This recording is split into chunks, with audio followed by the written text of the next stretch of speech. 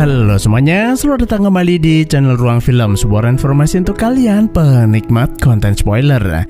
Oke, di video kali ini kita akan membahas film berjudul Stasis yang dirilis tahun 2017. Film ini berkisah tentang perjuangan sekelompok pemberontak yang melakukan perjalanan waktu ke masa lalu demi merubah realitas masa depan bumi yang hancur akibat perang berkepanjangan. Jadi nggak usah lama-lama, kita langsung masuk aja ke pembahasan filmnya. Film dimulai dengan memperlihatkan keadaan bumi di masa depan, tepatnya di tahun 2067, di mana umat manusia yang tersisa hidup di tengah radiasi, wabah penyakit, dan kekeringan. Semua itu terjadi akibat perang nuklir berkepanjangan di masa lalu, menghancurkan segalanya, bahkan memusnahkan 7 miliar penduduk bumi. Akan tetapi, meski bumi tak lagi sama seperti dulu, teknologi cukup berkembang dengan pesat. Salah satunya adalah temuan teknologi yang memungkinkan manusia melakukan perjalanan waktu. Saat ini, umat manusia terbagi menjadi dua kelompok, yaitu pemerintah dunia baru yang memimpin seluruh negara, dan kelompok pemberontak yang menentang kepemimpinan otoriter pemerintah memimpin dunia. Lalu kita diperkenalkan dua agen pemberontak bernama Lancer dan Seattle yang merupakan sepasang kekasih mendatangi markas rahasia pemberontak. Hari ini, keduanya dijadwalkan menjalani misi yang sangat penting, yaitu pergi ke masa lalu mencegah terjadinya perang nuklir demi terciptanya masa depan yang lebih baik, atau dengan kata lain merubah sejarah di masa depan. Kepala ilmuwan bernama Higgs lalu membawa keduanya masuk ke ruangan stasis di bawah tanah. Dalam fiksi ilmiah, stasis adalah konsep di mana waktu dan gerakan berhenti. Hal tersebut nantinya berkaitan dengan apa yang akan terjadi pada tubuh mereka selama misi dijalankan. Nah, jadi konsep perjalanan waktu di film ini tidak mengirim tubuh fisik ke masa lalu seperti yang terjadi pada film perjalanan waktu biasanya, melainkan hanya kesadaran atau jiwa mereka saja yang dikirim, kemudian menggunakan tubuh seseorang di masa lalu sebagai wadah baru. Sedangkan tubuh asli mereka di masa ini akan berada dalam mode stasis, mirip seperti orang yang lagi koma ataupun hibernasi. Dan nantinya agen masa depan yang menggunakan wadah pengganti ini biasa disebut dengan istilah Skinner. Selain mereka berdua, sebenarnya ada beberapa agen yang dikirim ke masa lalu untuk membangun markas operasi rahasia. Jadi, yang perlu mereka lakukan setibanya di masa lalu adalah bergabung dengan mereka. We need to talk. Why start now? Scene kemudian pindah ke tahun 2017. Seorang gadis remaja bernama Eva lagi berantem dengan Jessica, ibunya. Eva sedianya hendak nongkrong di alun-alun Wonogiri, tapi ibunya melarang karena Eva ini sering pulang larut malam. Ya, entah apa yang terjadi, tapi mungkin saja Eva ini salah didik, atau kalau enggak ya salah pergaulan. Sampai di tempat pesta, Eva menyapa para besti yang sudah menunggunya sambil menuang air kedamaian. Akan tetapi, baru juga nyeruput, Eva malah jatuh pingsan, membuat teman-temannya khawatir kemudian memanggil pemadam kebakaran. Yang ternyata Eva pingsan bukan karena air sarsaparilla, melainkan si agen Seattle dari masa depan merasuki tubuhnya.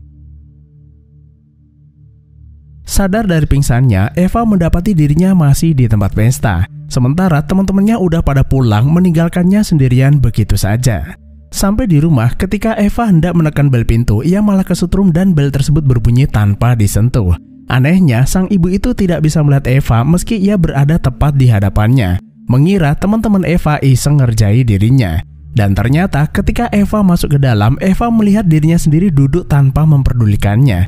Nah, dari sini kita bisa mengetahui bahwa Eva yang asli terusir dari tubuhnya sendiri, karena saat ini tubuhnya digunakan sebagai wadah oleh agen Seattle dari masa depan.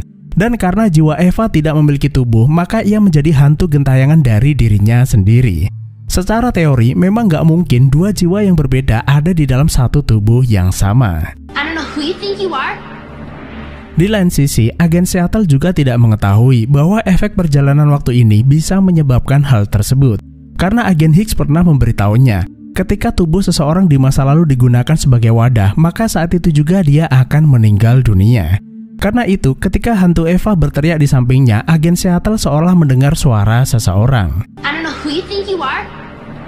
Nah, untuk mempermudah penyebutan, kita panggil agen Seattle dengan nama Eva sesuai namanya. Dan Eva asli yang lagi gentayangan itu kita sebut dengan hantu Eva. Eva kemudian membuka laptopnya untuk melacak keberadaan Lancer. Namun teriakan hantu Eva begitu kencang menyebabkan gangguan listrik di sekitarnya hingga membuat laptopnya error. I said get out.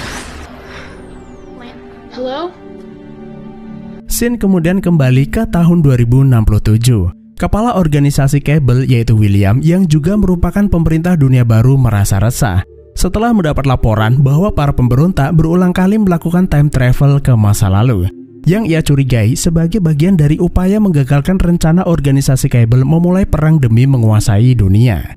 Dalam teori paradoks, setiap perjalanan waktu ke masa lalu bisa menyebabkan gangguan realitas atau aliran waktu meski dampaknya belum terlihat. Bahkan William sendiri menyesalkan penciptaan mesin waktu yang menurutnya lebih banyak mendatangkan masalah daripada manfaatnya.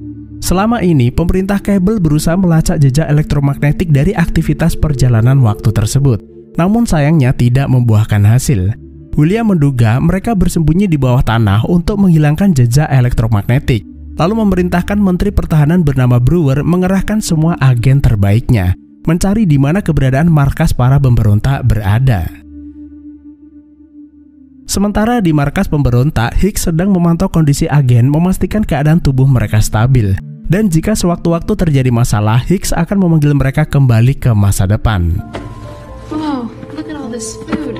Esok paginya, Eva begitu senang saat menemukan ada banyak makanan enak di dapur. Sesuatu hal yang tidak ia temukan di masa depan.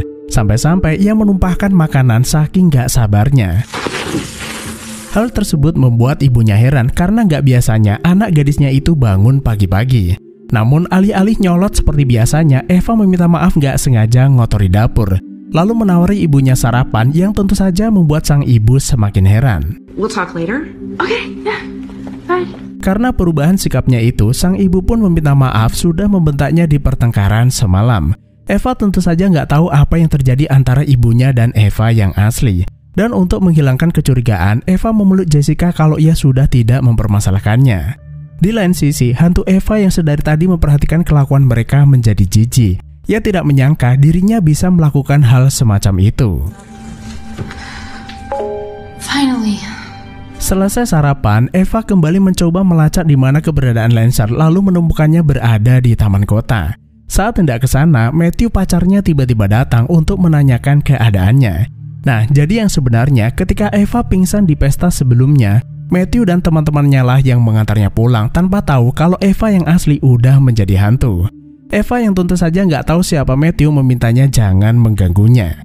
Sikapnya tersebut tentu saja membuat Matthew kecewa, karena Eva yang biasanya nempel mendadak berubah tanpa alasan yang jelas. I want you to keep on driving. Melihat pacarnya dicampakkan, Eva mencoba memberitahu Matthew agar mengabaikan ucapannya. Yang tentu saja Matthew nggak bisa mendengar suaranya. Sampai di taman, Eva akhirnya menemukan Lancer dengan tubuh penggantinya, tanpa tahu kalau hantu Eva mengikuti dan menguping pembicaraan mereka. Eva cerita kalau tubuh penggantinya ini adalah pecandu narkoba dan remaja problematik. Mereka harus bergerak seefektif mungkin, karena jika terlalu lama pergi dari rumah, ibu dari anak ini akan mencarinya dan mereka tidak bisa dengan bebas menjalankan misi.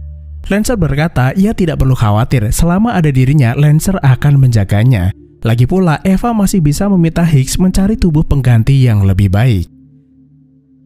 Keduanya lantas pergi ke markas pemberontak di masa lalu. Sampai di sana, mereka disambut Kapten Suter dari masa depan, yang merupakan penanggung jawab utama operasi di markas ini. Selain itu, semua orang yang ada di markas ini merupakan agen dari masa depan sama seperti Eva dan Lancer. Sementara hantu Eva terus mengikuti keduanya untuk mencari tahu siapa sebenarnya mereka dan apa yang terjadi pada tubuhnya. Kapten menjelaskan bahwa misi utama mereka adalah melawan organisasi kabel di masa ini. Dan seperti yang sudah mereka ketahui bahwa organisasi tersebut merupakan dalang dibalik terjadinya perang nuklir demi ambisi menguasai dunia. Yang kelak kabel akan menjadi pemerintah dunia baru di masa depan. Saat ini organisasi tersebut belum cukup kuat. Jadi akan lebih mudah melawan mereka sekarang daripada melawan kekuatan kabel di masa depan yang tidak tertandingi. This is too young for field work. Sebelum misi lanjut, Eva meminta Kapten mengusahakan wadah pengganti untuknya. Karena tubuh remaja ini terlalu muda untuk terjun ke lapangan. Kapten akan mengusahakannya, tapi ia tidak berjanji kapan Eva bisa mendapat wadah penggantinya. Mendengar hal tersebut, hantu Eva kegirangan karena akhirnya ia akan mendapatkan tubuhnya kembali. Setelah itu, agen Pasio memasang alat di kepala Eva untuk memberikan data-data mengenai organisasi kabel. Sementara Kapten meminta Nightingale mengirim transmisi ke masa depan untuk mengabarkan situasi terkini. Akan tetapi, transmisi tersebut berhasil disadap seorang agen pemerintah yang berhasil menyusup ke salah satu markas pemberontak di masa depan, lalu mengirim datanya ke pemerintah pusat. Brewer melaporkan hal tersebut kepada William, bahwa para pemberontak saat ini berada di tahun 2017, tepat sesaat sebelum Perang Dunia terakhir. Dan sesuai dugaan, mereka membunuh anggota organisasi Cable satu persatu. Maka dari itu, William memerintahkan Pak Menteri mengirim pemburu terbaiknya pergi ke tahun 2017 untuk menangani para pemberontak ataupun para Skinner tersebut. Ia khawatir mereka berhasil melumpuhkan organisasi Cable yang secara tidak langsung akan merubah masa depan. Singkat cerita, Brewer mengirim seorang wanita pemburu sadis bernama Charlie ke tahun 2017. Sama seperti Eva dan Lancer, Charlie juga menggunakan wadah pengganti seorang wanita cantik untuk menjalankan misinya. Hanya saja, teknologi mesin waktu yang dimiliki pemerintah jauh lebih baik terutama dalam hal memilih wadah pengganti. Karena memang organisasi Cable adalah penemu mesin waktu sebelum akhirnya berhasil ditiru para pemberontak. Setibanya di tahun 2017, Charlie langsung bergerak mencari keberadaan pemberontak menggunakan perangkat identifikasi Skinner. Dan gak butuh waktu lama, Charlie berhasil menemukan seorang agen dalam wujud wanita tua yang tak lain adalah Nightingale. Charlie menghampirinya lalu memperingatkan bahwa perjalanan waktu ke masa lalu untuk merubah masa depan adalah kejahatan besar dan ia akan dihukum berat. Akan tetapi Nightingale gak peduli. Memangnya apa yang akan ia lakukan? Seandainya Charlie membunuh tubuh ini, maka ia akan secara otomatis kembali ke masa depan lalu kembali ke masa ini dengan tubuh baru. Charlie hanya tertawa, mereka sudah tidak menggunakan cara-cara lama seperti itu. Lalu melempar sebuah perangkat canggih untuk mengeluarkan jiwa Nightingale dari wadahnya, kemudian menyegelnya.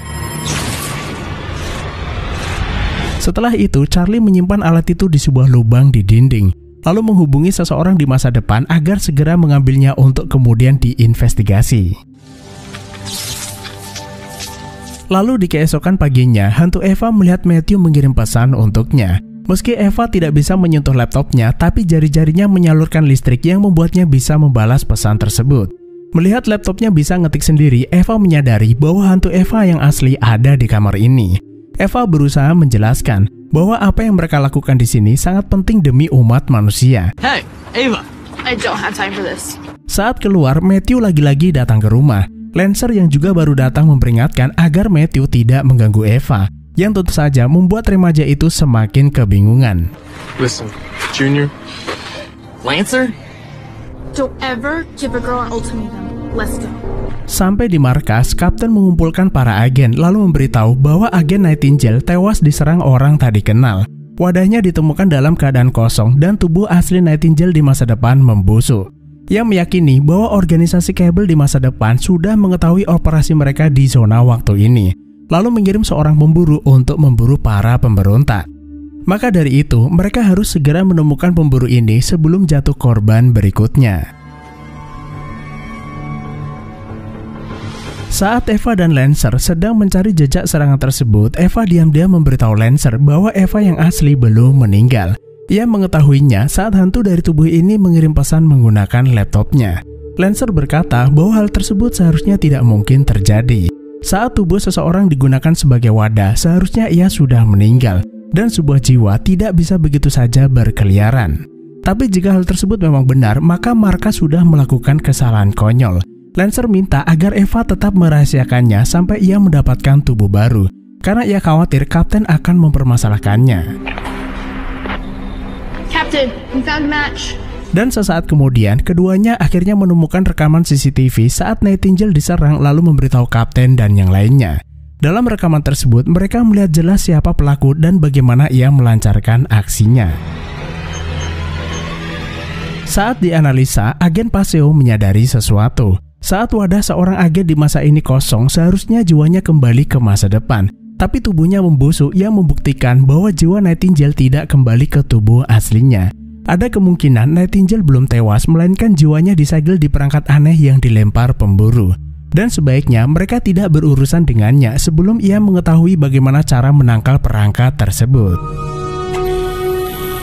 Sementara di markas Cable di masa depan, Brewer memasang perangkat segel itu di sebuah mesin. untuk melihat rekaman aktivitas serta mencari di mana markas para pemberontak. Hello, Matthew. Dan sementara itu di rumahnya, Matthew memberitahu Jessica bahwa Eva akhir-akhir ini bersikap aneh dan mungkin saja ia terlibat organisasi berbahaya bersama pria dewasa. Dan malam itu pun Jessica menceramahi Eva habis-habisan. Tidak sepantasnya gadis berusia 15 tahun pulang larut malam dan pergi dengan pria dewasa. Kembali ke masa depan, ketika Hicks hendak mengganti Eva dengan tubuh barunya, pasukan Cable tiba-tiba datang menyerang. Karena kalah jumlah, para pemberontak pun menyerah dan markas berhasil dikuasai mereka.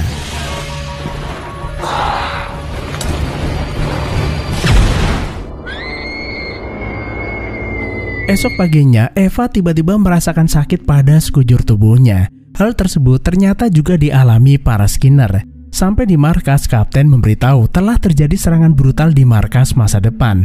Mereka juga menghancurkan tubuh fisik para agen di ruang stasis. Tanpa tubuh asli, tidak ada tempat untuk kembali ke masa depan. Dan secara tidak langsung membuat semua agen terjebak di masa ini dan tubuh barunya. Karena itu, Kapten tidak berharap bantuan segera datang atau mungkin tidak akan ada bantuan sama sekali. Jadi, satu-satunya harapan demi perdamaian di masa depan adalah semua orang yang ada di sini. Let's go do it. Hey, we can leave. Right now, just you and me. Namun di lain sisi, Lancer justru memikirkan dampak sebab akibat dari perjalanan waktu ini. Seandainya misi ini berhasil dan perang nuklir bisa dicegah, maka dipastikan organisasi Cable ataupun pemberontak tidak akan pernah ada di masa depan. Dengan begitu, tidak ada alasan untuk mengirim mereka berdua ke masa ini.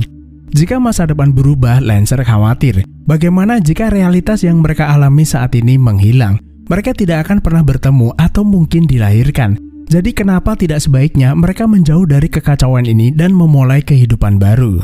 Akan tetapi Eva tidak mau menyerah, karena ia tidak mau sejarah kelam terulang untuk kedua kalinya. Saat ini masa depan belum terjadi. Justru setelah mereka berhasil menyelesaikan misi, maka realitas masa depan akan tergantikan dengan realitas baru. Atau dengan kata lain, sejarah akan ditulis ulang. Jadi mereka berdua tetap bisa melanjutkan kehidupan di masa ini tanpa khawatir berurusan dengan masa depan. Sementara di tempat persembunyiannya, alat pemindai milik Charlie mendeteksi keberadaan objek di sampingnya yang ternyata adalah hantu Eva. Nah, kalau teman-teman bertanya kenapa perangkat Charlie bisa melihat hantu Eva, karena dalam ilmu metafisika, beberapa ilmuwan menganggap hantu merupakan gelombang elektromagnetik spektrum seperti cahaya, yang pergerakannya bisa ditangkap ketika gelombang spektrumnya sejajar dengan sensor kamera. Dan itulah kenapa terkadang kamera CCTV bisa menangkap penampakan hantu. Tujuan hantu Eva mendatangi Charlie adalah memberitahu di mana markas pemberontak, terutama keberadaan agen Seattle yang sudah mencuri tubuhnya. Sebagai gantinya, ia ingin Charlie mengembalikan jiwanya ke tubuh aslinya. Setelah mengetahui di mana markas pemberontak, malam itu Charlie diam-diam menyusup ke dalam, lalu melempar perangkat miliknya untuk menyegel jiwa para pemberontak termasuk Kapten Shooter. Kedatangannya pun segera diketahui para agen, lalu terjadilah baku tembak di antara mereka. Beberapa agen berhasil dilumpuhkan kemudian disegel menggunakan perangkatnya. Beruntung Eva dan Lancer berhasil menghindar meski Lancer terkena tembakan di perutnya. Di saat yang sama, Pasio berhasil menciptakan virus komputer yang bisa menghapus data server utama jika Cable berusaha meretas jaringan mereka. Lalu ia memberikan perangkat rahasianya kepada Eva untuk berjaga-jaga melawan pemburu itu jika diperlukan. Kemudian meminta keduanya segera pergi sementara ia akan membuat pengalihan. Sampai di rumah, Eva sengaja mengikat Jessica agar wanita itu tidak menimbulkan kepanikan. Melihat ibunya diperlakukan semena-mena, hantu Eva semakin marah. Lalu menemui Charlie menunjukkan di mana Eva dan Lancer berada. Kembali ke rumah, Lancer memberitahu Eva, saat di markas, Kapten pernah berkata bahwa selain mereka, sebenarnya ada beberapa markas pemberontak yang juga beroperasi di waktu ini. Satu-satunya harapan adalah bergabung dengan markas tersebut. Saat itu, Kapten sengaja merahasiakannya setelah mengetahui Cable mengirim seorang pemburu. Jika ia tidak berhati-hati, maka bisa saja keberadaan markas pemberontak yang lain ikut ketahuan. Namun tak lama berselang, layar laptop berkedip yang menandakan keberadaan hantu Eva. Eva pun menyadari kalau hantu Eva mencoba merebut tubuhnya kembali. Lalu Eva menunjukkan rekaman perang nuklir kepada hantu Eva agar ia mengerti misi yang sedang mereka jalani, yaitu mencegah organisasi kabel memulai perang atau dunia tidak akan pernah sama lagi. Showtime. Dan tak lama berselang, Charlie sampai di rumah. Eva dan Lancer sembunyi di kamar. Namun, tak butuh waktu lama, Charlie menemukan keduanya, lalu melempar perangkat penyegel jiwa terakhir miliknya. Untungnya, Lancer berhasil menghindar lalu kabur ke kamar sebelah. Tanpa perangkat penyegel jiwa, Charlie kesulitan menangkap keduanya. Nah, saat kembali ke kamarnya, Charlie menemukan perangkat buatan Paseon yang terlihat mirip dengan perangkat penyegel miliknya, dan akan menggunakannya untuk menyegel buruannya. Setelah itu, Charlie menyandera Jessica agar Eva dan Lancer menyerah. Move, or you'll never get your body back. Namun tiba-tiba hantu Eva muncul meminta Charlie tidak menyakiti ibunya.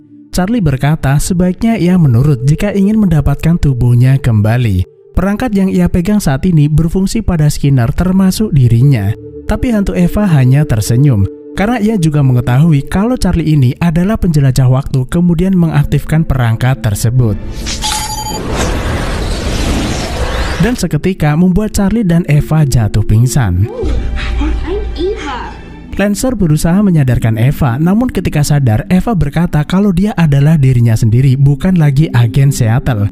Yang artinya perangkat itu telah mengembalikan jiwanya ke dalam tubuhnya sendiri. Dan sebaliknya, jiwa agen Seattle terkurung di dalam perangkat tersebut.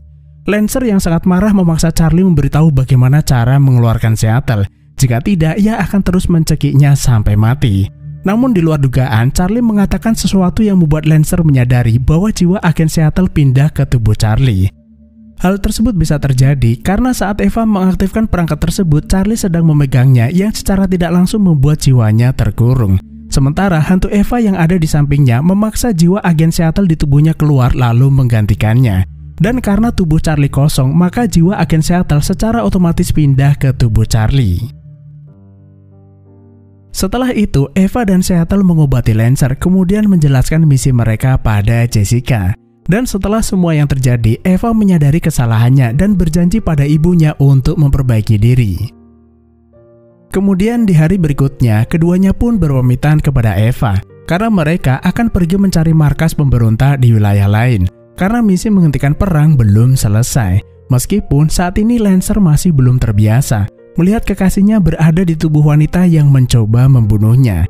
Tapi setelah dipikir-pikir dan dilihat-lihat, Lancer tidak akan menolak tubuh baru kekasihnya tersebut, karena Seattle yang sekarang lebih kinyis-kinyis dan lebih menarik dibandingkan tubuh aslinya di masa depan. Lantas, apakah mereka akan berhasil menghentikan perang? Jawabannya tidak ada, karena film sudah selesai dan tidak ada film lanjutannya. Dan seperti biasa, sutradara sengaja membuat ending dari film ini terbuka. Kemungkinannya hanya ada dua. Perang nuklir tetap terjadi dan perjalanan waktu itu hanya akan menjadi siklus berulang. Dan yang kedua, mereka berhasil merubah sejarah di masa depan dengan menghentikan perang. Namun, jika dilihat dari potensi mereka melawan organisasi kabel di masa ini, besar kemungkinan keduanya akan berhasil lalu penulis ulang sejarah yang lebih baik. Jadi itulah alur film Stasis. Terima kasih udah menonton, sehat selalu buat teman-teman dan sampai jumpa di next video.